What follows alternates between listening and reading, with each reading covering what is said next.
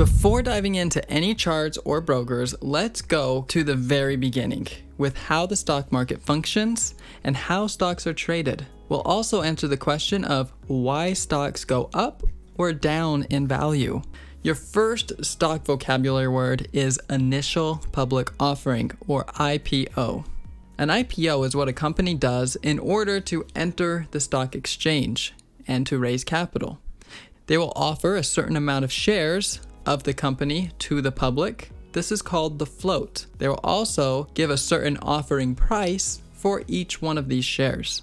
The stock price will move based off of the float, being the supply, and the demand, being the people who want to buy some of that supply. When supply is high and demand is low, the price will go down.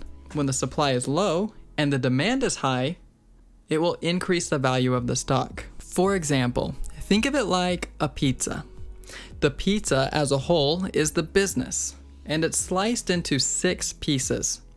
Each piece would be equivalent to a share of stock, and in this example, those 6 pieces would be considered the float, because that's how many shares are available. In order for the pizza to go public, they will have to do an IPO, or an initial public offering, offering those 6 shares to the public at a predetermined offering price. From then on, the public decides how much each one of those slices are worth. Now, the price of the pizza will move because of supply and demand.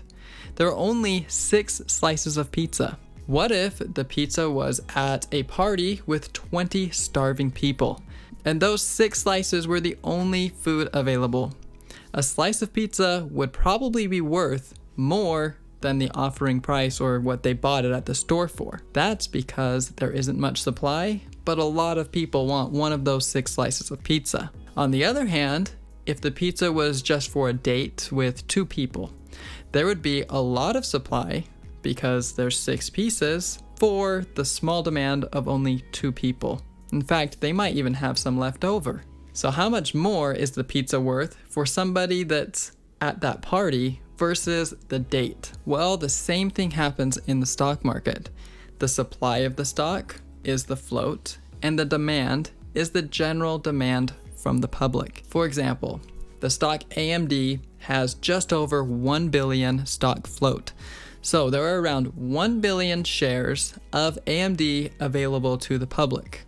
If the public doesn't like the earnings or doesn't see AMD as a profitable or a valuable company, the public will not want to be buying AMD, but rather be selling it, causing the price to go down as supply rises and demand going down. On the other hand, if AMD is very desirable to the public, they're grabbing all the shares they can get, and that makes the supply go down and the demand rise, creating a larger price for the stock. In summary, a company will do an initial public offering, or IPO, offering shares of the company to the public in hopes that the public will want to buy the shares of the company and increase the value of each share, which in turn will increase the value of the company. This is essentially what the company is worth, adding up the price of all of the shares. This is also what we call the market cap, which we are going to discuss in the next video.